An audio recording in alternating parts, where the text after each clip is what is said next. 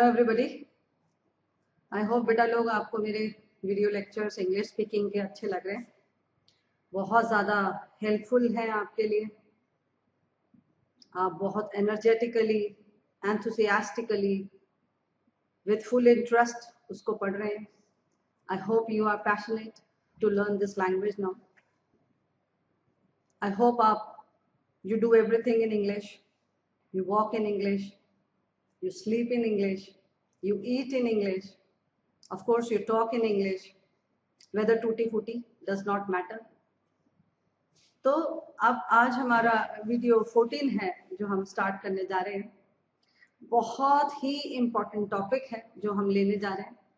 शायद एक लेक्चर में ना होके 2 लेक्चर में जाए। वीडियो 14, 15 शायद दोनों इसी में बने, आई कैन नॉट से।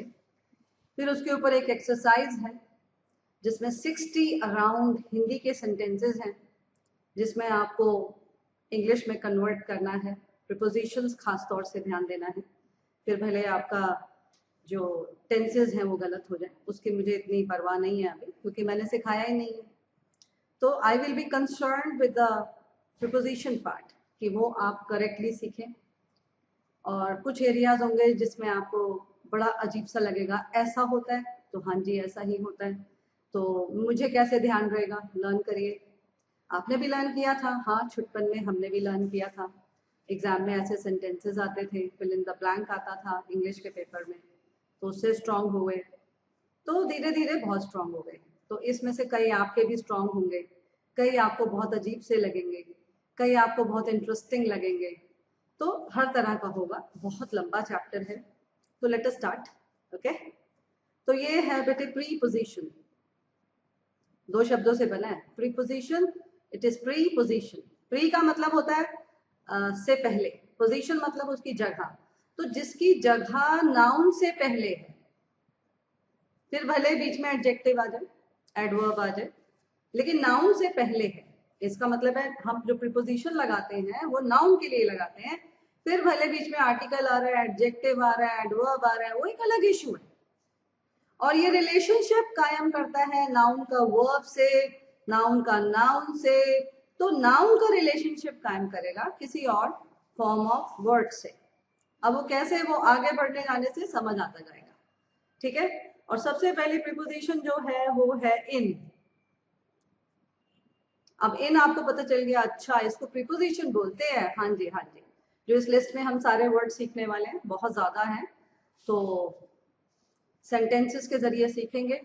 कुछ सेंटेंस होंगे जो रेयर मैं छोड़ दूंगी, कुछ सेंटेंस मैं लूंगी, कुछ सेंटेंस इसलिए लूंगी क्योंकि वो आपको एज इट इज सीखने होते हैं, कुछ सेंटेंस इसलिए लूंगी कि उसमें कोई डिफिकल्ट वर्ड है वो सिखाना है। तो जैसे मैं उसकी हिंदी बताऊं, अपने रजिस्टर में या अपनी बुक में लिख लीजिएगा। समय के साथ उसको लर्न करिए ताकि वो आपकी वोकैबुलरी इंप्रूव होती चली जाए। तो इस कोर्स के जरिए ही आपके पास डेली यूज की, बड़े सारे यूज की बहुत सारी वोकैबुलरी अपने आप आ रही है। उसका फायदा उठाइए जिससे कि आप इस मिनिमम लेवल ऑफ वोकैबुलरी में बहुत स्ट्रांग हो जाए। और जब ये वोकैबुलरी आप सीख जाओगे तो आपको अपने आप से हैरानी होगी कि मैम कह रही थी मिनिमम, ये तो बहुत ज्यादा वोकैबुलरी सिखा गए इसी कोर्स में। दैट इज द ट्रूथ कि आप बहुत ज्यादा वोकैबुलरी सीख जाओगे इस कोर्स के जरिए, जिसमें सारा स्ट्रेस मेरा ग्रामर के ऊपर है। फिर भी वोकैबुलरी बहुत सारी सीख जाओगे, क्योंकि बेशुमार एक्सरसाइजेज हैं। बेशुमार मतलब बहुत सारी एक्सरसाइजेज हैं, जिसमें बहुत कॉम्प्लिकेटेड हिंदी है तो इंग्लिश भी कॉम्प्लिकेटेड होगी। और एक दिन होगा जब आप उस कॉम्प्लिकेटेड इंग्लिश को बड़े आराम से बना रहे होगे, and that will be the most beautiful day for me and you, right. अब चलिए चलते हैं। इन का मतलब होता है में। बुक में सब दिया हुआ है, एक एक चीज दी हुई है, तो बुक को साथ रखिए। नंबर भी बोलती जाऊंगी सेंटेंसेस का कि अब देखो हम ये वाला सेंटेंस पढ़ रहे हैं। इन जो है वो पहला प्रीपोजिशन है बुक का, ये भी बताऊं मैं आपको, जिसमें मैंने 8 एग्जाम्पल्स दिए हैं। सारे एग्जाम्पल्स तो नहीं, कोई कोई एग्जाम्पल लूंगी जिसमें आपको कुछ हट के सिखाना होगा। और असली बात यह है कि एक होता है इन और सेकंड है इनटू। कुछ प्रीपोजिशंस होते हैं जो साथ साथ सीखने चाहिए। अब इन और इनटू में फर्क जो है वो एक साथ ही सीखा जाएगा, क्योंकि इनटू का मतलब भी में ही होता है, लेकिन ये है कि उसमें मूवमेंट है, कुछ मूव कर रहा है तो इनटू आएगा। कुछ स्थिर है, स्थिर समझते हैं, टिका हुआ है, हिल नहीं रहा है, तो फिर वो उसमें इन आएगा। ये इन और इनटू का फर्क सिखाने के लिए है। जैसे मैंने बोला water is in the glass, तो अगर मैंने बोला water is in the glass, तो इसका मतलब पानी ग्लास में है, इसका मतलब ऑलरेडी ग्लास में है, तो वो स्थिर है। लेकिन मैंने बोला he poured water into the glass, poured मतलब उरे उरे डाला, तो ही पोर्ड वाटर। अब क्योंकि उसने ग्लास में पानी डाला तो पानी मूव कर रहा है, जब ग्लास में पानी डाला तो therefore it will be into. तो जब भी मूवमेंट आएगी और हिंदी आएगी में, उसने ग्लास में, तो इनटू ग्लास। तो he poured water into the glass. The glass क्यों? आप भी जानते हो, मैं भी जानती हूँ कौन सा ग्लास है ना, तो फिर द ग्लास। अगर मैंने बोला इनटू अ ग्लास, तो कोई भी एक ग्लास था, उससे आपको कोई फर्क नहीं पड़ता, तो एक नॉर्मल सा ग्लास होगा। और he poured water into a glass and gave it to the principal, कुछ भी। तो he poured water into the glass का मतलब है उसने एक पर्टिकुलर ग्लास, जो आप और मैं दोनों जानते हैं, उसमें उड़ेला पानी को। ऐसे जैसे he came into my room, तो मूवमेंट है। लेकिन मैंने बोला he was in my room, तो स्थिर है कि वो मेरे कमरे में था। तो he was in my room, मेरा भाई मेरे कमरे में था, मुझे बुलाना नहीं पड़ा। तो मैंने बोला he was, तो वो ऑलरेडी था in my room, तो फिर मूवमेंट नहीं है इसलिए in। फिर वो मेरे कमरे में आया, तो he came into my room। A point came into my mind, है ना, तो जब भी मूवमेंट आएगी तो into आएगा। Okay, there is something in your mind, in your mind, तुम्हारे दिमाग में है, कुछ चल रहा है, तो ऑलरेडी है, तो there is something in your mind going on, कुछ चल रहा है। And this point came into my mind, ऐसे, तो इनटू, तो जब भी मूवमेंट है तो मे के लिए इनटू। और खास बात आप क्या देखोगे कि उल्टा पढ़ते हैं, जैसे he was in my room, तो वो था, अब उल्टे से मेरे कमरे में। देखने से ही वॉज में मेरे कमरा, ऐसे थोड़ा पढ़ते हैं, वो था मेरे कमरे में। इसका मतलब क्या है कि हिंदी करते वक्त उल्टा बोलते हैं। प्रीपोजिशन के केस में हिंदी करते वक्त उल्टा बोलते हैं, रिवर्स, पहले पीछे वाला वर्ड फिर आगे वाला वर्ड। जैसे मेरे कमरे में, इन माई माइंड, मेरे माइंड में, तो प्रीपोजिशन को बाद में बोलना है। इनटू द ग्लास, ग्लास में, ऐसे। बहुत अच्छा है, बहुत आसान है, आ जाएगा, डोंट वरी, आ गया होगा अभी से ही। फिर जैसे है इन सेकंड, अब सेकंड एग्जांपल है आपकी बुक का, इस फर्स्ट पॉइंट के सेकंड एग्जांपल है इन 1985 इन जून। हाँ, तो आपने क्या सीखा कि यहाँ पे मैंने ब्रैकेट में भी लिखा है कि इन 1985 और इन जून, कॉमा करा तो दो सेंटेंसेस बन गए, ध्यान रखिएगा। इन 1985, या फिर कभी बोले इन जून आई वेंट अब्रॉड इन जून, ऐसे। तो जब मैंने ये बोला इन 1985 या इन जून, तो यहाँ से आपको पता चला कि ईयर और मंथ के साथ इन आता है। अब एक आगे प्रीपोजिशन आएगी ऑन, कोई लाग नहीं है मेरे पास, सब कुछ साथ चलता है। तो ऑन मंडे, तो ही केम ऑन मंडे, तो डे के साथ ऑन आता है।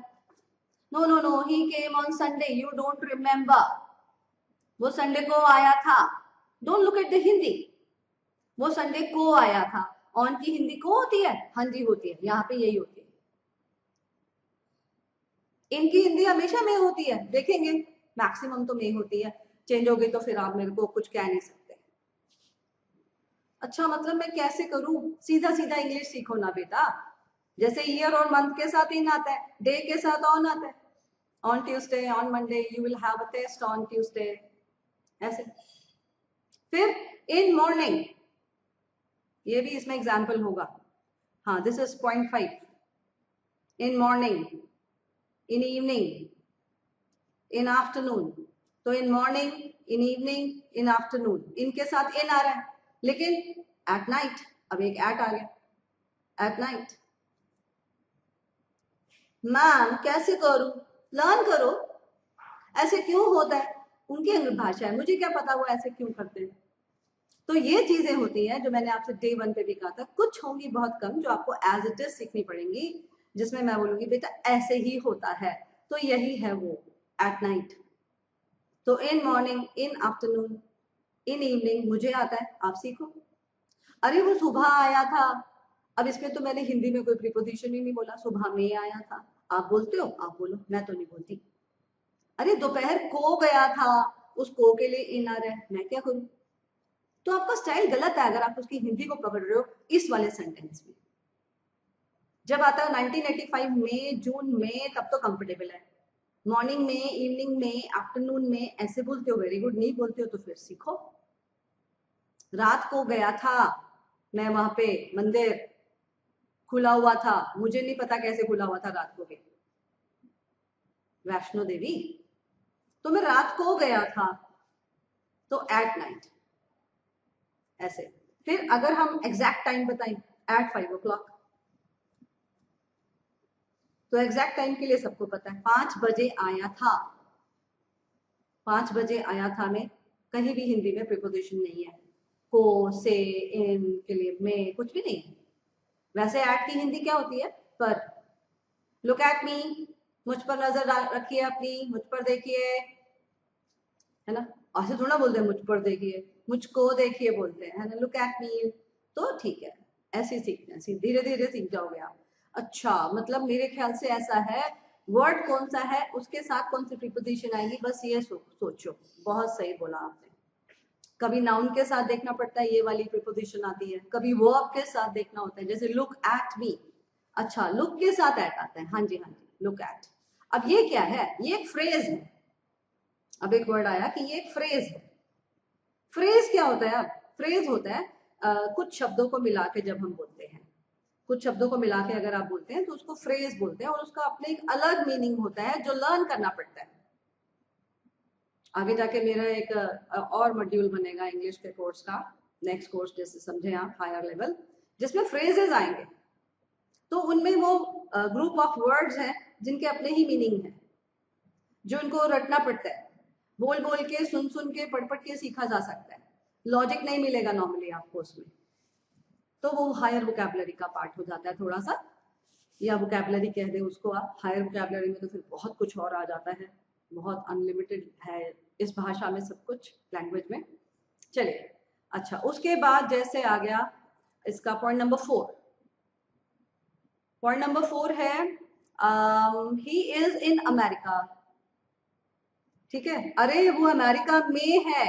तो अगर मैंने बोला, अच्छा ये भी सीखते जाइए, जैसे अमेरिका है, इंडिया है, तो जगह का नाम है, फिर यूनिक चीजें हैं, सन, अर्थ, ये किसी भी चीज का नाम है अगर जैसे, तो फिर वो उसमें फर्स्ट लेटर कैपिटल आता है। जैसे आपका नाम सुधीर है तो एस कैपिटल, मेरा नाम पद्मा है तो पी कैपिटल, ऐसे ही अमेरिका है तो ए कैपिटल। ये नॉर्मली पता होता है आप लोग को स्कूल लेवल की वजह से। तो he is in America and he was at Lajpat Nagar, ये एट में मिलेगा आपको। तो ये क्या है? लाजपत नगर छोटी सी जगह है हमारी दिल्ली में, और अमेरिका तो एक कंट्री है इतनी बड़ी, पता है आपको। यूनाइटेड स्टेट्स ऑफ अमेरिका बोल दूं तो आप समझदार है। तो ही इज इन अमेरिका, तो बड़ी जगह के लिए इन आता है और छोटी जगह के लिए एट आता है। अब इसमें कोई लॉजिक नहीं है, ये लर्न करना है।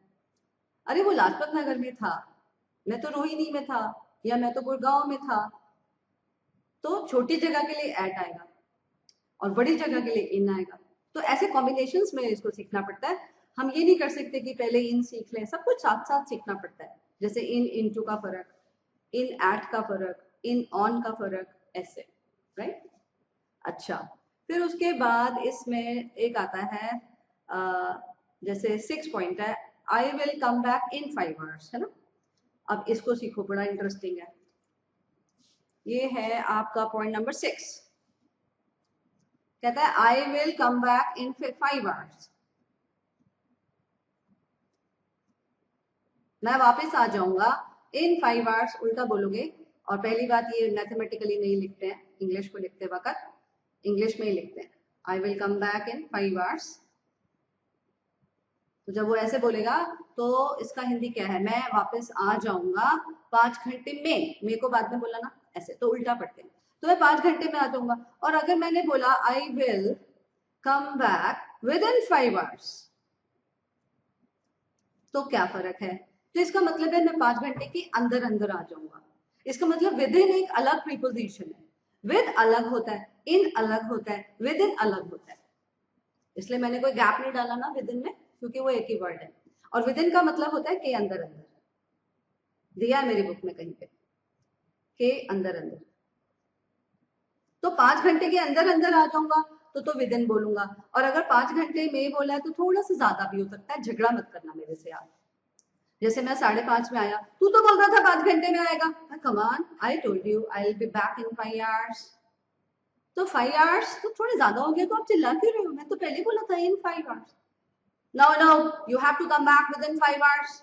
ओके सर, अब मुझे 5 घंटे में आना ही पड़ेगा क्योंकि सर ने बोला है। कोई भी काम होगा हमारा, that is what the difference is, right. अच्छा, फिर उसके बाद एक आता है 7th। अब ये लर्न करने वाला है। जैसे ही राइट्स, अजीब लगेगा, अच्छा ऐसे होते हैं, तो ही राइट्स इन इंक और इन पेंसिल। अब यहाँ पे इन आया, वो होता है ना स्याही वाला पेन, इंक वाला पेन जिसमें इंक भरते हैं, है ना, वो तब हम बोलते हैं। जब अगर हम बोलते हैं बॉल पॉइंट पेन, तो बॉल पॉइंट पेन आपको पता है जिससे आप नॉर्मली लिखते हो, एक होता है जेल पेन, है ना, तो एक होता है इंक पेन जिसमें इंक भरी जाती है। तो अगर हमने बोला वो इंक वाले पेन से लिखता है, तो इसको हम कैसे बोलेंगे, वो इंक वाले पेन से लिखता है, तो वो लिखता है, he writes subject and verb in ink. Ma'am इसमें पेन तो आया ही नहीं, तो इंक क्या पेन नहीं है? इंक किसके लिए यूज होगा, किसी और चीज के लिए थोड़ा इंक यूज करते हैं, इंक तो पढ़ लिखने के लिए ही यूज करते हैं। इसी से काम चल गया, वही तो कैसे करूं, लर्न करो, बार बार देखो, बोलो, अकेले में बैठे बैठे एंजॉय करो, जैसे मैं करती थी बचपन में। मैं तो ऐसे सेंटेंसेस अपने आप से ऊंचा ऊंचा बोलती थी। मेरे घर में कोई अंकल आंटी आते थे और मैं अगर अपने किचन में होती थी या वॉशरूम में होती थी, कहीं भी भाई साहब अपने घर में झाड़ू लगा रही होती थी, तो भी मैं तो ऐसे ऐसे अपने आप से ऊंचा ऊंचा बोलती थी, और सुनने वाले सुनते थे और मुस्कुराते रहते थे कि ये बच्ची कैसी है।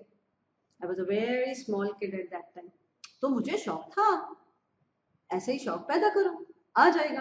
कभी भी मत परवाह किया करो मेरे ऊपर कोई हंस रहा है, उसके हंसने से मेरे ऊपर कोई फर्क नहीं पड़ेगा। सबसे बड़ी बात, I love my self the most. तो ही राइट्स इन इंक और ही राइट्स इन पेंसिल, एक ही बात है कि वो पेंसिल से लिखता है, इंक वाले पेन से लिखता है। हिंदी को छोड़ो आप, से, मैम से के लिए तो आप कोई और वर्ड बोलोगी, हाँ, लेकिन यहाँ पे इन है, लर्न करो। ओके, फिर एक और आता है इसमें, बड़े अच्छे अच्छे एग्जाम्पल्स उठाए हैं, बड़ी मेहनत से ये किताब बनाई थी। ही completed his work in time. मैंने बोला ही completed his work in time, और अगर मैंने बोला ही completed his work on time, अब इसमें क्या फर्क है, दोनों सही है। अगर मैंने बोला ही completed his work in time, तो ये पीरियड ऑफ टाइम की बात कर रहा है, जो इन टाइम है वो पीरियड ऑफ टाइम की बात कर रहा है। और अगर मैंने बोला कि ही completed his work on time, तो ये पॉइंट ऑफ टाइम की बात कर रहा है। अब आप बोलोगे मैम कैसे सिखा रहे हो आप ये पीरियड पॉइंट, ये क्या है? अब जैसे उसके पास 6 महीने थे काम करने के, 6 months were there with him। Preposition के बाद बहुत ज्यादा आपको अच्छा लगेगा, क्योंकि आप सेंटेंसेस को 95% समझना शुरू कर दोगे। It's so interesting. तो अगर मैंने बोला कि 6 months में उसने जो है अपना काम खत्म किया, तो जो 6 months है वो एक पीरियड ऑफ टाइम है। और पॉइंट ऑफ टाइम क्या है, जैसे 10 बजे, 10 o'clock, घड़ी के 10 बजे, जब घड़ी पे 10 बजते हैं, तो आप कभी गौर करो, घड़ी की दोनों सुइयां एक पर्टिकुलर पॉइंट पे होती है। एक सुई 12 पे होती है, एक सुई 10 पे होती है अगर 10 बज रहे हैं, छोटी सुई 10 पे होती है, बड़ी सुई 12 पे होती है। तो वो एग्जैक्ट एक पॉइंट ऑफ टाइम है। अब समझ आया होगा आपको कि पॉइंट ऑफ टाइम और पीरियड ऑफ टाइम। क्या घड़ी पे आप 6 महीने को देख सकते हो, एक दिन को देख सकते हो, एक हफ्ते को देख सकते हो, एक साल को देख सकते हो? आप बोलोगे मैम कैसी बातें कर रहे हो, दैट इज द पॉइंट, कि आप अगर घड़ी पे वक्त को देख सकते हो तो वो 9, 10, 11, 12, 1, 2 ऐसे बस इस समय को देख सकते हो।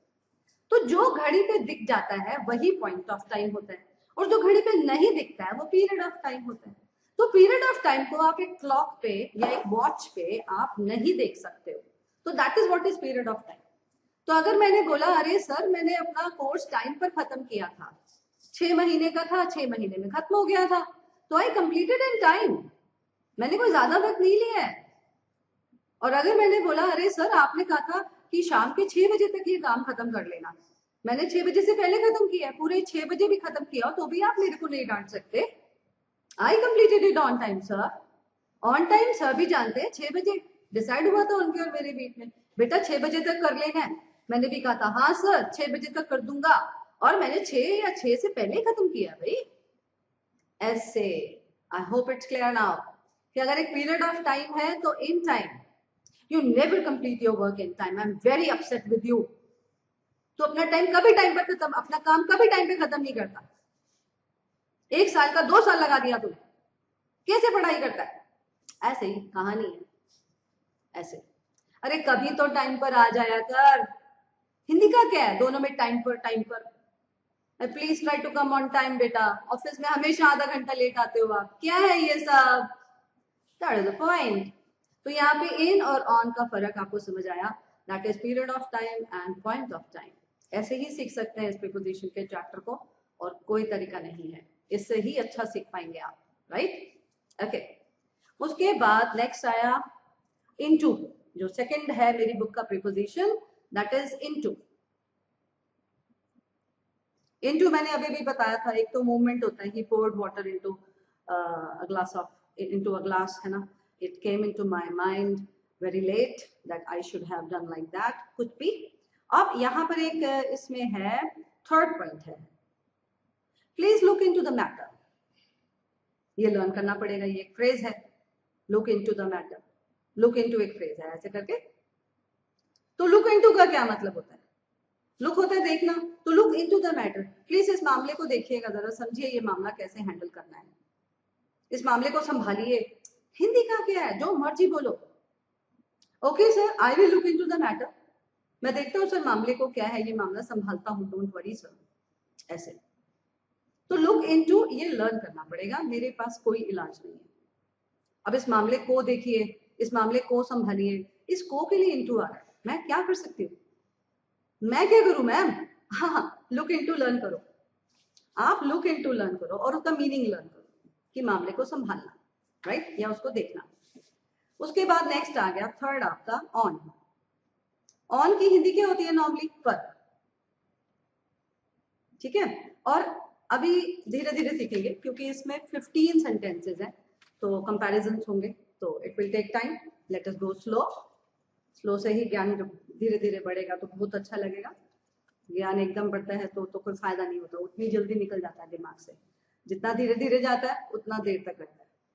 जैसे मैंने बोला he sit on the chair please, ये आपका फर्स्ट एग्जांपल है। मैंने कहा सिट ऑन द चेयर, है ना। अगर मैंने बोला सिट ऑन द चेयर तो इसका मतलब है चेयर पर बैठो, ये चेयर है और तुम ऐसे बैठो, तो टच कर रहा है। तो जब किसी चीज पे टच कर रहा है तो ऑन आ गया। He was standing on the roof, वो छत पर खड़ा था, तो ऑन द रूफ, टच कर रहा था, है ना। और फिर इसमें आता है अगर मैं बोलूं सिट, ही वॉज सिटिंग या sit at your table,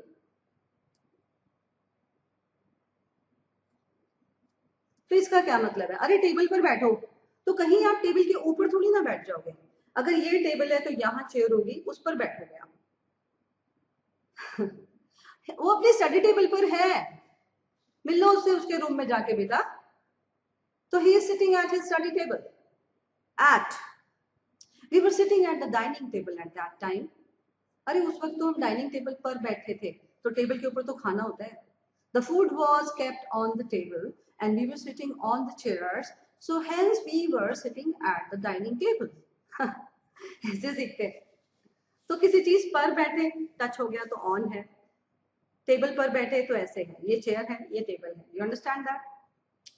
I hope you understand, that is what is at. He jumped upon the table, अब आया he jumped upon the table, on upon Hindi same है। अगर मैंने बोला ही जम्प्ड अपॉन द टेबल, तो इसका क्या मतलब है? उसने टेबल पर जंप किया, है ना। The cat jumped upon the table, तो अपॉन में मूवमेंट आ गई। अपॉन में क्या आ गया? मूवमेंट। ऑन में स्थिर है, हिल नहीं रहा है, चेयर पर बैठा है, ही is sitting on the chair. तो ऑन में स्थिरता है, अपॉन में मूवमेंट है। जैसे इन एंड इनटू, इनटू में मूवमेंट है और इन में स्थिर है, फिक्स्ड है, ऐसे। तो ऐसे करके अपॉन आ जाता समझ में, है ना। अच्छा, फिर उसके बाद जैसे अब अपॉन कोई लूम है, अगर अपॉन फोर्थ प्रीपोजिशन है, अपॉन का ही एक सेकंड है, ही डिपेंड्स अपॉन हिज ब्रदर। तो ही डिपेंड्स अपॉन हिज ब्रदर, इसका क्या मतलब है? वो अपने भाई पर डिपेंड करता है। अब इसमें तो मूवमेंट है क्या? वैसे नहीं सीखना है, इसको ऐसे ही पकड़ो, सीधा फ्रेज है, लर्न करो। To depend upon, to depend upon मतलब किसी पर आश्रित होना, किसी पर डिपेंड करना अपने लिए। इंडिपेंडेंट है, मेरे को किसी की कोई जरूरत नहीं है, मैं अपने ऊपर डिपेंड करता हूँ, मैं किसी के ऊपर आश्रित नहीं हूँ, मैं किसी के ऊपर, मैं, मेरी लाइफ किसी और की वजह से नहीं चलती, मेरी वजह से चलती है। I am independent, but he depends upon his brother. उसका सब कुछ उसके भाई पर डिपेंड करता है, वही डिसाइड करता है कैसे क्या होगा सब कुछ। That is what is dependent upon. अच्छा, डिपेंडेंट के साथ अपॉन है, लर्न करना है। हाँ जी, लर्न करना है, हो गया होगा बात करते करते, है ना। और जितना बोलोगे उतना उतना बेटर होते जाओगे एवरी मोमेंट। कसम खा लो आज के बाद से तो इंग्लिश में ही बात करनी है, बिकॉज सब कुछ तो सिखा दिया। टेंसेस रह गए, हाँ कुछ है चीजें जो रह गई, काफी है वैसे इंटरेस्टिंग, लेकिन आसान है। अच्छा, उसके बाद अगर हम चलें इसी में ही आगे, ऑन में ही, जैसे talk on this topic, second है टॉक ऑन दिस टॉपिक, इस टॉपिक पर बात करो, है ना। तो इस टॉपिक पर, व्हाट डू यू से ऑन दिस टॉपिक, ऐसे। फिर उसके बाद पुट द फैन ऑन, एक लाइन आता है इसमें, पॉइंट नंबर 3 है, पुट द फैन ऑन। अब इसको हम ऐसे बोल सकते हैं, पुट ऑन द फैन बोलो, लेकिन इंटरेस्टिंग नहीं है, काफी अट्रैक्टिव बनाना है अपनी लैंग्वेज को, तो इसको ऐसे ही सीखो। पुट द फैन ऑन, किस चीज को ऑन करना है? Put the fan, put on मतलब, अरे पंखा चला दे। तो चलाने के लिए कोई वॉक नहीं है, कोई और वर्ड नहीं है, चलाने के लिए पुट ऑन है। अरे बंद कर, ठंड लग रही है, तो put off, put the fan of please, of में डबल है। तो पुट ऑन उसको चला दो, पुट ऑफ पंखे को बंद कर दो, ऐसे सीखते हैं। अब ये फ्रेज है, इसको एज इट इज लर्न करो, राइट। अच्छा, फिर उसके बाद keep on working hard, good boy. तो जब मैंने बोला कीप ऑन, तो करते रहो। हिंदी भी दिया है मैंने बुक में आपको, सब कुछ बहुत ब्यूटीफुली दिया है। जैसे मैंने बोला कीप ऑन टॉकिंग, अब टॉकिंग, अगर मैंने बोला कीप ऑन टॉकिंग, तो बात करते रहो, बात करना जारी रखो, तो जिरंड है। प्रीपोजिशन के साथ अगर आईएनजी आ रहा है तो इनफाइनाइट वर्ब है। इनफाइनाइट में प्रीपोजिशन के साथ तो जिरंड ही आता है, फर्स्ट फॉर्म प्लस आईएनजी, जिसकी हिंदी होती है करना, और फिर वो लाइन के साथ पता चलता है। कीप ऑन टॉकिंग, तो बात करते रहो, बातें करना जारी रखो। हिंदी आपकी है, जैसे मर्जी बोले आप। अच्छा, फिर उसके बाद इसमें 8th है जो मैंने आपको नहीं बताया, बीच के बता दी है, डोंट वरी, मैं देख रही हूँ क्या क्या बताया क्या क्या नहीं बताया, एक एक सेंटेंस देख रही हूँ। 8th है he is on phone,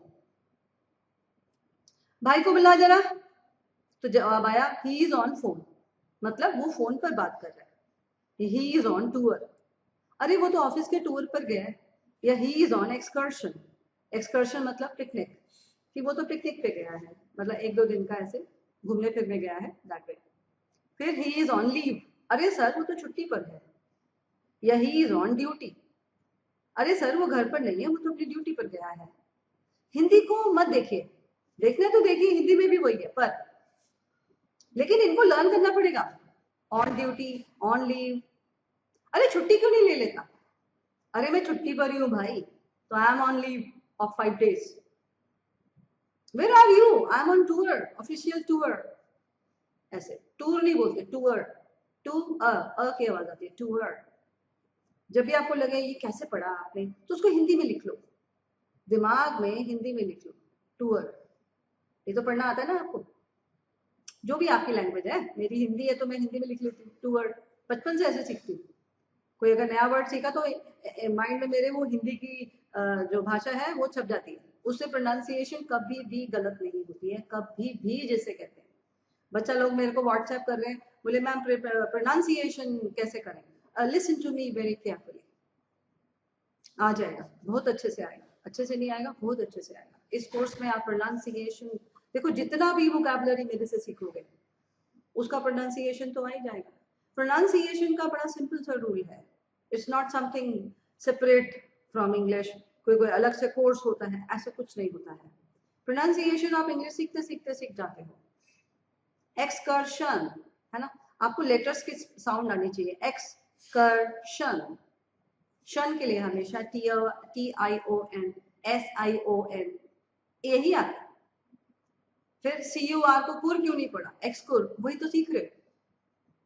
excursion, leave, duty, due है ना, ड्यूटी, ड्यूटी, फोन, टूर, ऐसे आते होंगे ये वर्ड्स आपको, आई नो सिंपल वर्ड्स हैं। मतलब एक दिमाग में आया मेरे कि प्रोनाउंसिएशन को लेके बच्चे ने कहा था, तो मैंने कहा थोड़ा सा बताऊं कि प्रोनाउंसिएशन कोई बड़ी चीज नहीं है। अब उसको बच्चा बोलता है pronunciation, it's not pronunciation, it is pronunciation. तो वो कुछ चीजें तो आपको सुनने से आती है, मैक्सिमम वोकैबुलरी, मैक्सिमम प्रोनाउंसिएशन आपको सुनने से आती है। जितना एक सही बंदे की आवाज पे ध्यान दोगे, उसके स्टाइल पे ध्यान दोगे, जितना ज्यादा पैशनेट होगे, आप देखोगे आप उसी की तरह बोलने लगते हैं। आप में से जिसको जितना ज्यादा शौक होगा ना, वो मेरे वाले स्टाइल पे आ गया होगा अब तक, बिल्कुल मेरी तरह फ्लो बनाता होगा वर्ड्स का, जो उसको अच्छा लगता होगा मेरे भाषा में, वो एज इट इज पकड़ता होगा, एज इट इज। तो कईयों में ये क्वालिटी बहुत ज्यादा होती है, इनहेरेंट होता है, अंदर से ही वो ऐसे होते हैं। कईयों में नहीं होता है, वो भी सीखते हैं भाई, ऐसी कोई बात नहीं है, सीखता हर कोई है, बस अपने अपने पैटर्न होते हैं, अपनी अपनी डिग्री होती है, दैट्स ऑल, राइट। अच्छा, उसके बाद इसमें आ गया, देखो कोई और जो मुझे बताना है ऑन में। फिर आता है इसमें, ये मैंने बता दिया। जैसे इसमें 9th बहुत अच्छा लगा मुझे, कहता है आधा तो आपको मैंने बताया, जैसे I will go on the morning of June the 1st, star बना लो इस लाइन पे। तो आई विल गो, मैं जाऊंगा, on the morning of June the 1st।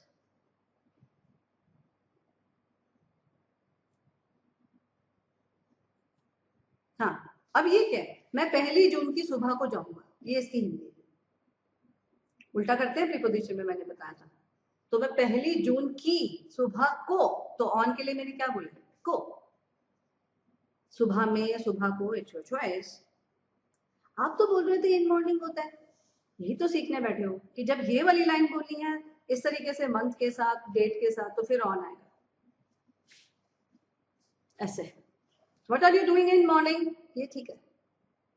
Where are you in the morning, वो भी ठीक है। लेकिन जब आपको मंथ और ये सब वैसे बोलना है, तो on the morning of June the 1st। तो लर्न करूं, हाँ लर्न करो। अब तक तो आप समझ गए होंगे कि कुछ तो पक्का पक्का लर्न करने को बोलेंगे ऐसे। फिर उसके बाद अब देखो, जैसे ये 10th है, ये लर्न करने का है, लिख देना लर्न इस पे भी। ही is not on the list. Competitive exam के लिए बैठ रहे हो, कमाल इंग्लिश हो जाएगी मेरे से पढ़ के। ये सारी इंग्लिश कॉम्पिटेटिव में यूज होती है, जबरदस्त। यही सब होता है कॉम्पिटेटिव इंग्लिश में, grammatical area. He is not on the list, इसका मतलब क्या है, मैंने बुक में भी दिया। तो असली बात ये सीखना है कि उसका नाम लिस्ट में नहीं है। लिस्ट में मैम, वही तो, बट यू हैव टू से ऑन द लिस्ट। तो he is not on the list का मतलब वही है जो आप सोच रहे हैं कि उसका नाम लिस्ट में नहीं है। Okay, you have to learn this. अच्छा, फिर उसके बाद my name appears on the electoral roll, ये भी अच्छा लाइन है। माई नेम अपीयर्स, अपीयर्स मतलब मेरा नाम नजर आता है। माई नेम, अब जैसे मैंने बोला, लिख लो इसका मीनिंग साथ साथ, मेरा नाम नजर आता है। पॉज कर दो वीडियो को अगर रुकना है तो। तो my name appears on the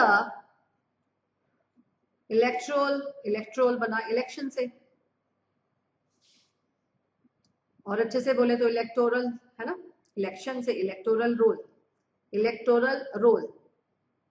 हाँ, तो इसका क्या मतलब है? इलेक्टोरल रोल होता है जो वोटर्स की लिस्ट बनती है ना, वो।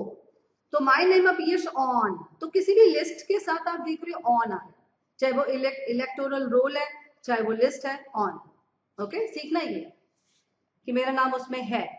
फिर अब 12th है, वो भी लर्न करने वाला है थोड़ा सा, देखो उसे। 12th है, he know it is there was no money on Ramesh.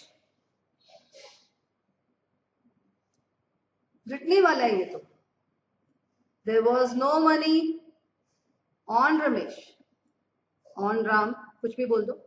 Ram के पास पैसा नहीं था, पीछे से बोला ना, देयर की तो हिंदी नहीं होती, तो राम के पास पैसा नहीं था।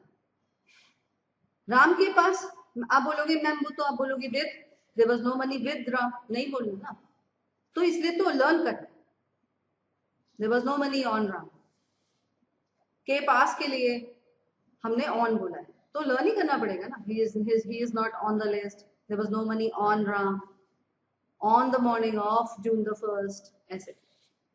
अच्छा, फिर उसके बाद नेक्स्ट बता दिया। फिर आप उसकी डेथ पर गए थे, तो डेथ पर, ऑन डेथ है ना। फिर फंक्शन पर, पार्टी पर, बर्थ पर, तो ऑन, ये आपको पता है ऑलरेडी।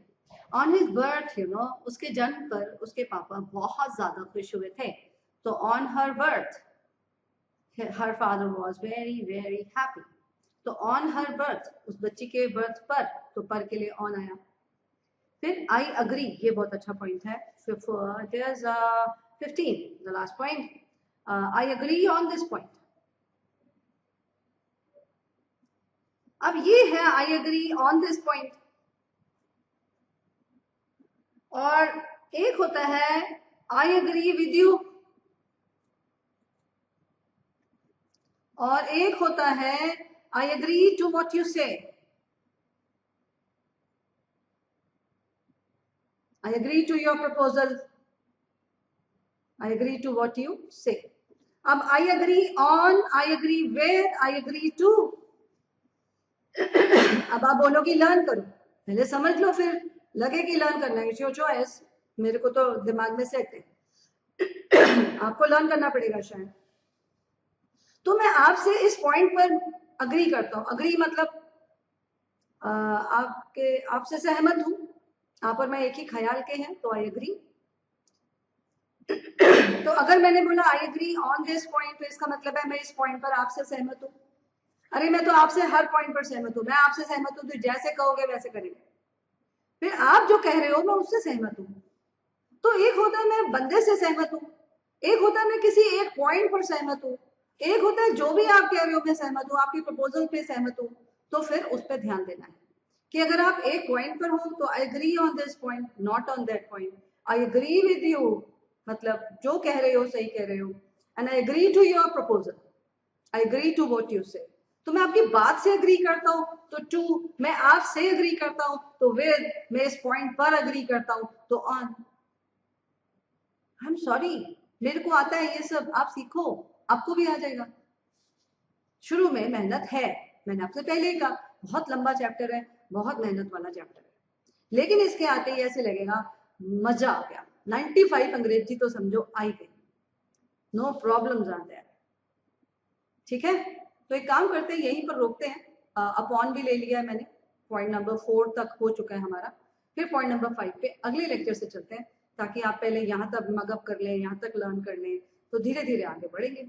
ठीक है, तो जब ये अच्छे से सेट हो जाए तब नेक्स्ट लेक्चर पे आ जाओ। Okay, bye bye.